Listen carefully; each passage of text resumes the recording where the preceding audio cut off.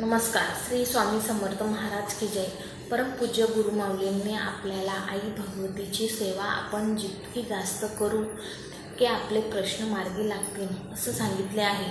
मग सुरुवातीला जर आपण आई भगवतीचे ओम ऐं ह्रीं क्लीं चामुंडाय विच्चे हा मंत्र जो आहे त्याची सकाळी एक माळ संध्याकाळी एक माळ केली, सुरुवात अशी केली तर खूप छान होईल.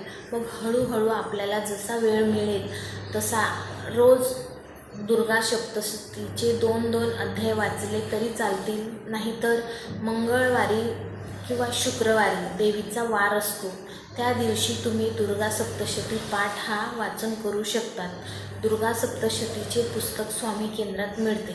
मग अशी हळूहळू आई भगवतीची सेवा केली तर मग ते मार्ग सुटत राहतात. आणि म्हणजे आपण स्वामी केंद्रात गेलो आणि अचानक आपल्याला सांगितलं की तुम्ही कुलदेवीचा मान सन्मान करा, आपण कितीही तयारी केली तरी आपलं ते काम होणार नाही किंवा आपण कुलदेवीला जाऊ शकत नाही.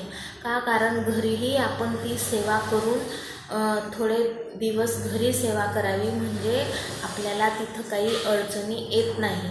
मग हे झालं आई भगवतीची सेवा.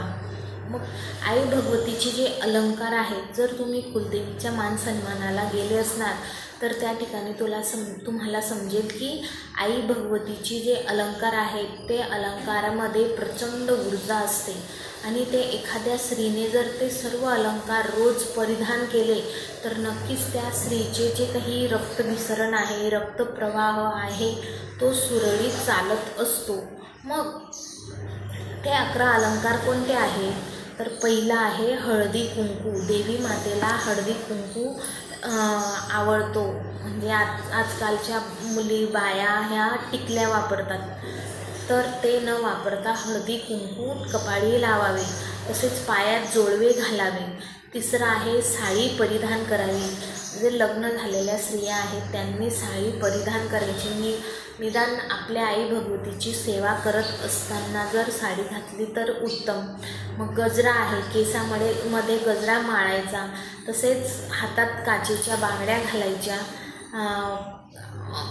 अंगठी घालायची, पायात पैंजण घालायचे ते पण चांदीचे, तसेच केसांमध्ये गजरा टाकायचा आणि मंगळसूत्राची जी माळ आहे ती रोज परिधान करायची. तसेच नाकामध्ये नथ किंवा फुली असेल तरी चालेल, कानातले, असे वेगवेगळे जे काही आपल्या स्त्रीचे अलंकार आहेत ते जर आपण परिधान केले बघा तर नक्कीच, आणि ते जर सोन्याचे परिधान केले तर फारच उत्तम.